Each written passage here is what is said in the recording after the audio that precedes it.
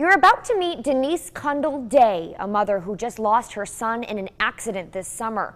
And now she says she was scammed after one man set up a fundraiser for her son and pocketed the money. Just surreal. It's been 3 months now. This mother still has not been able to properly grieve the loss of her only son, Drew.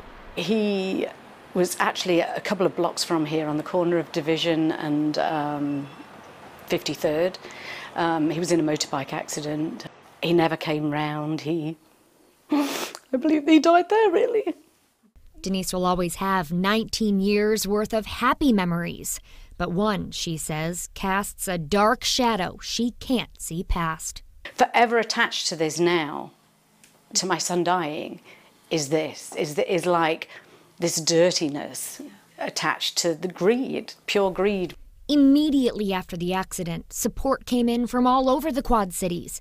Bake sales, cards, and fundraisers, all in Drew's name. It's such a bad time. I felt like our community kind of came together for us, and they did. There was one, though, the Benefit for Drew Morgan and Family fundraiser that collected money with a 50-50 raffle, a silent auction, and a bike ride. That fundraiser was set up by Gordy Morrow. Morrow told the family he raised more than $4,200 that day. The family says they never saw a penny of it. And we were picking out caskets and deciding what our son was going to wear, and you really think that we were kind of, we didn't have our eye on any of it. You don't. 3 weeks after the fundraiser was held, Morrow told the family that he was going to mail half of that money here to the funeral home. Now, I talked with the funeral director, and they said they never got that money from Morrow. Then he proceeded to tell the family that he was going to hand deliver it to them. But that also never happened. So we called the police. After investigating, police say there's nothing they can do. They couldn't do anything with this because apparently he didn't steal from us. He stole from multiple people because it was everybody's money that put into that benefit. Because it wasn't held through a business or a GoFundMe page, Denise says there's no way of regulating where that money ends up. I mean, at the end of it, how do you know? There's no paperwork, there's no accounting, there's no accountability for what happens. In reality, benefits are completely uncontrolled.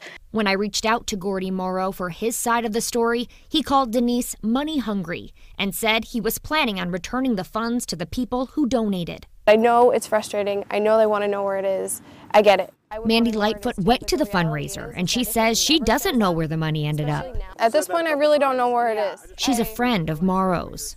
But Gordy has repeatedly told me that the money's going to be returned to everyone that made a donation. Do you trust that? And I have to trust that. Now, Denise could file a civil suit against Morrow, but says it's not about the money. And I'm more angry and upset that they used my son's name to do this. I mean, I don't think it gets lower than that. That they stole from people that came with goodwill. And I don't, the money's irrelevant really, innit? At this point, I think. Protecting the community who supported her, but more importantly, protecting her son she can never get back. My message to Drew is, I'm doing this to protect him because I can't do it any other way. I can't protect him any other way because he's not here to protect. And you know what? You protect your children their whole life. And I will protect him over my dead body, over this, even though he's not here anymore. Because I can. Now, just to be clear, police confirmed they are not pursuing a case against Morrow. I've had multiple conversations with him to get his side of the story, but he has not agreed to meet with me in person.